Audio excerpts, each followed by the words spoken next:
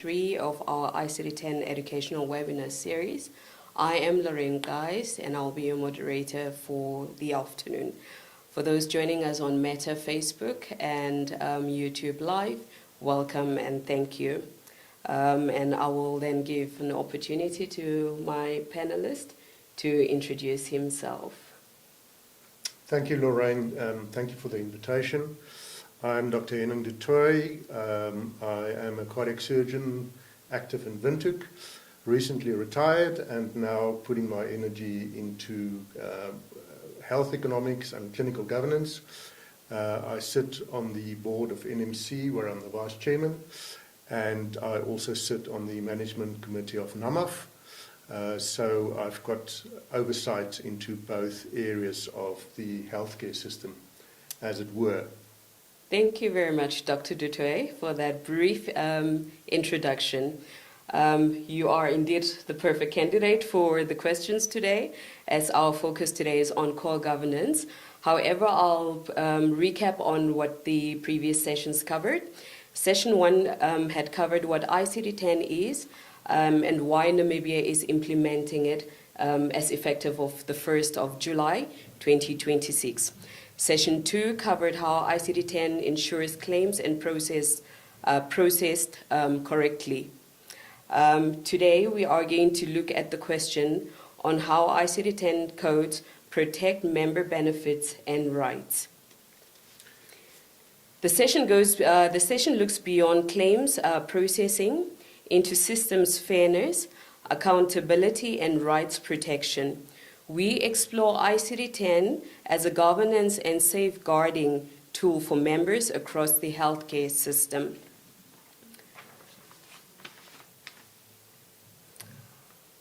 ICD-10 is just not a coding framework. From a governance perspective, it is the members' protection and accountability instrument. And on that, I will start with my first question, which I'll give you on governance.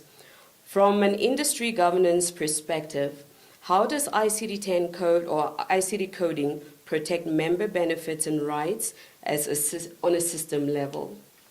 Thanks, Lorraine. ICD-10 protects members by introducing standardization, traceability, as well as accountability through the whole healthcare system. It ensures that all benefit decisions are based on a uniform clinical classification system, which is used by 90 to 95% of Western healthcare systems in the world. It removes the variability of the interpretation of diagnosis by the healthcare provider, the healthcare funder, as well as the pharmaceutical industry. And it creates a consistent rule framework for determining eligibility for benefits, especially in the medical aid environment. So in governance terms, it replaces subjective decision-making by all the role players and with a structured, accountable, auditable decision-making process. Excellent. Looking into patients' rights and rights protection, how does standardizing coding translation into the protection of members' rights? How does it protect members' rights?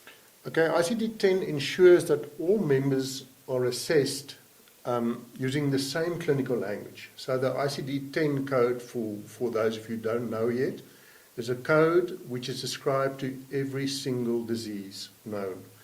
And that then creates a traceability. I think it's important to just quickly give you some brief advantages of ICD-10. Mm-hmm. It gives greater clinical specificity. So that means the ICD-10 code, which is linked to the common cold, tells the provider, the doctor, the pharmacist, this patient has got a common cold. He doesn't have influenza or COVID, he's got a common cold. So that's just to make it easier. It improves diagnostic accuracy, which is super important, especially for service providers.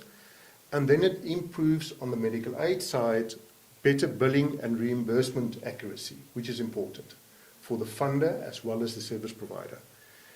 obviously there's disadvantages as well. The main disadvantages, I'll just quickly summarize, it increases the complexity of the healthcare system environment. So far more codes, making selection harder, and then implementation costs, especially on the funder side, as well as the service provider side, because new software packages has to be purchased and learned with a steep learning curve, but all these things in the end protects the member.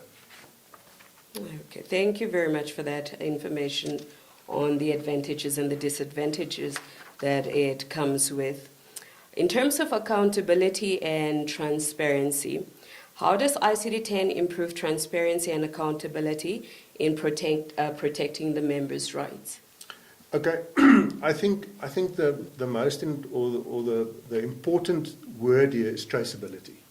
So we can trace, or the healthcare funder can trace from the diagnosis, which an ICD-10 code will be linked, to the treatment, which is then prescribed for this patient, and as well as the medication, which then pulls through to the pharmacy.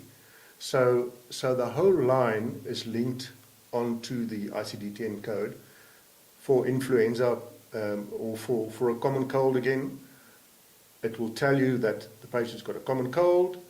This, what was done, he had an x-ray, and he's been prescribed something to decongest his nose, and maybe an antibiotic or not. But if there's anything else outside of that frame of this disease, it's picked up easily. Thank you. You have mentioned the disadvantages of implementing or having ICD-10 coding. Does it violate patient-to-doctor confidentiality? That is a very, very good question, and it's a question that we find a lot, especially now with this new implementation.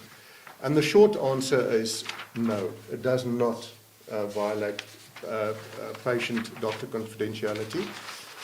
The important thing to understand is it's inherently a coding system for clinical diagnoses, okay?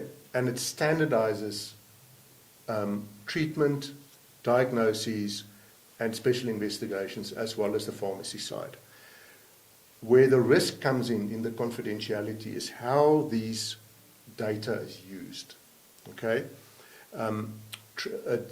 Obviously, data is being handled, it's being transmitted, it's being used across different platforms. So the important thing is that all the medical aid funds, as required by NAMFISA, has to have very, very good cybersecurity protocols, platforms in place, so that this data is not maladministered. I think that's the most important thing. But the short and long of it, it does not influence patient confidentiality or patient-doctor confidentiality. I completely agree with that.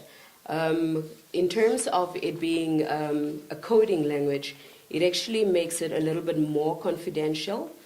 Patients' diagnoses are more confidential, and not everybody in a doctor's office would then be able to tell, oh, Lorraine came in with ABC, because it's more in a coding language, and it is only mostly medical stuff that would then understand the coding language. So I completely agree that confidentiality is actually more concrete and improved by implementing the ICD-10 coding. Absolutely.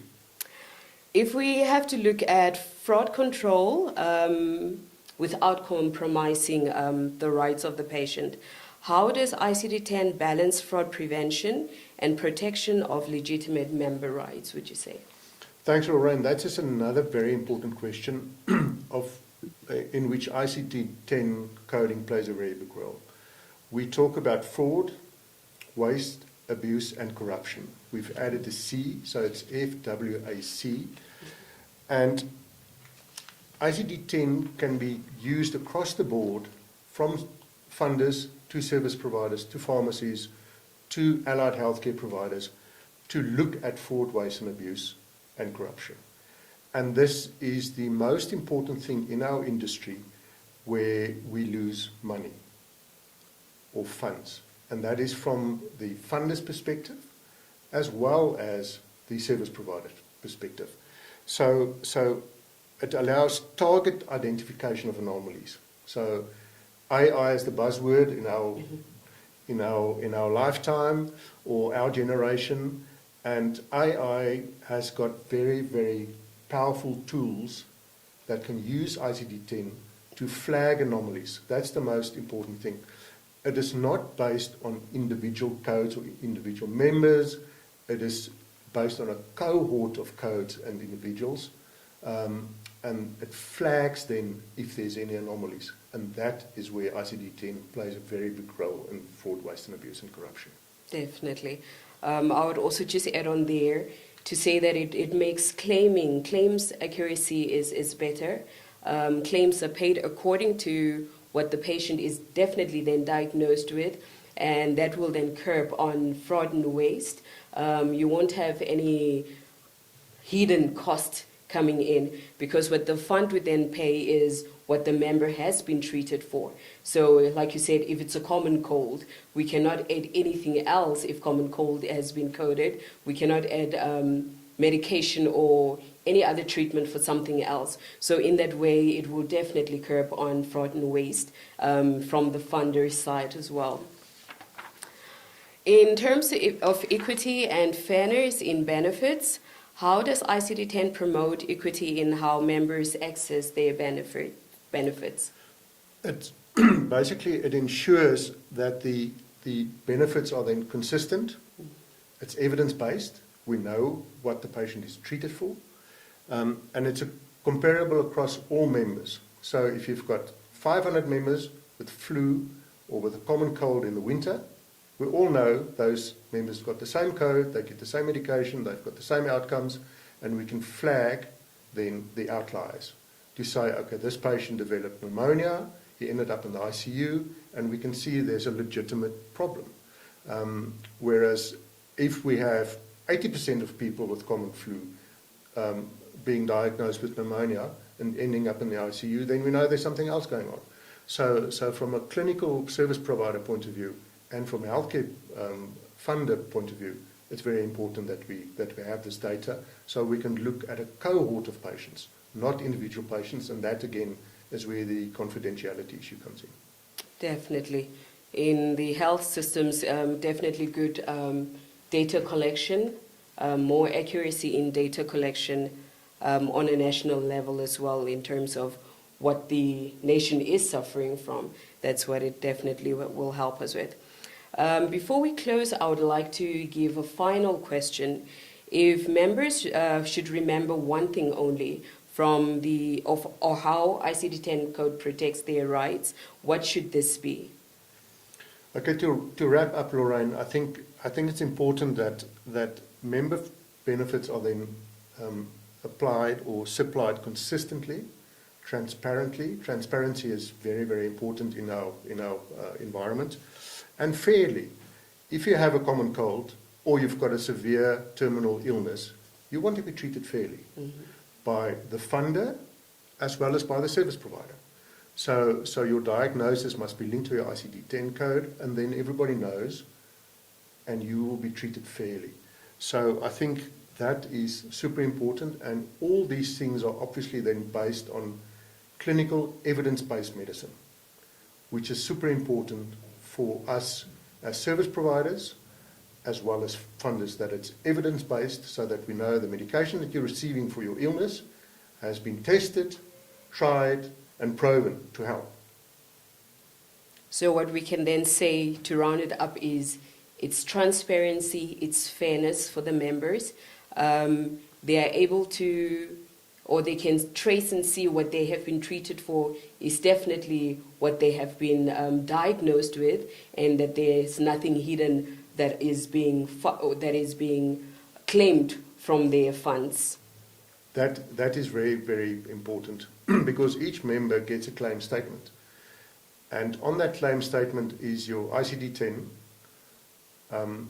your treatment, your medication, the doctor that treated you, and the cost of your treatment.